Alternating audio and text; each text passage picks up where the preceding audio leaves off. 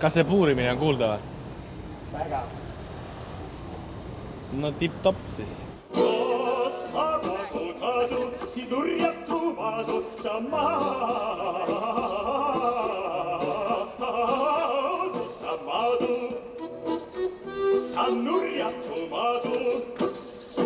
Kolm aastat tagasi juhtus Tartu linnapäeval see, et 2 ooperisolisti pandi ühele vanalinna rõdule kontserti andma.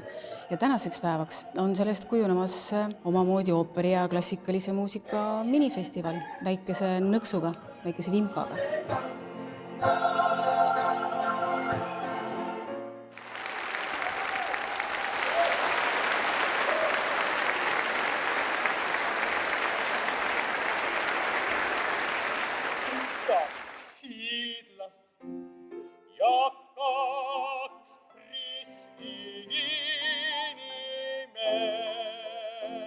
See kõige põnevam koht, kuhu ooper eelmisel aastal jõudis, ehk siis nüüd möödunud suvel oli kahtlemata Turuhoone. Mulle torkas silma see, kui palju tegelikult erinevas vanuses inimesi oli linna peal.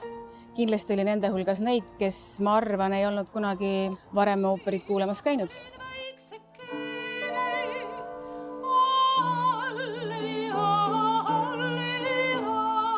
Miks me seda teeme? Mingis mõttes muidugi soovist inimesi kiusata. Ei, no eneseteostus on kõik oluline. Ja mulle meeldib kiusata, et lähed ühel hommikul rahulikult linna peale ja lihtsalt igale poole, kuhu satud, igal pool on ooper ees. No tegelikult on nii palju asju, me võiks lõputult rääkida, miks see kõik hea.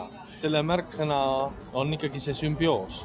See muusika tuleb tuua inimestele lähemale, siis teha nad omavahel tuttavaks ja siis on lootust, et need inimesed, kes siis need kohtumisi nägid, tulevad ka hiljem teatrisse.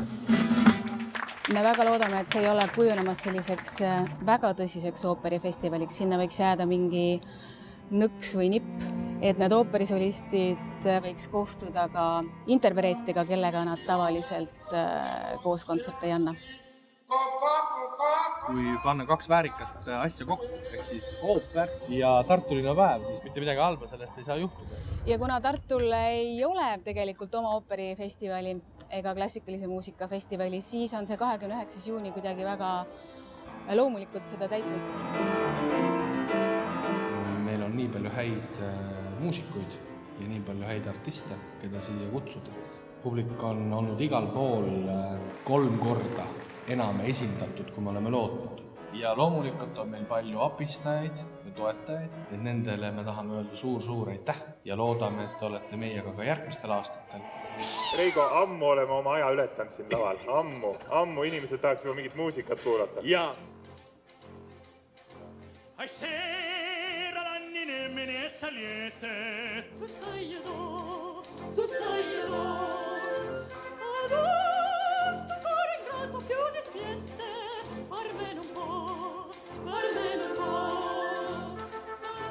...29. juuni 2018 ei ole enam kaugel.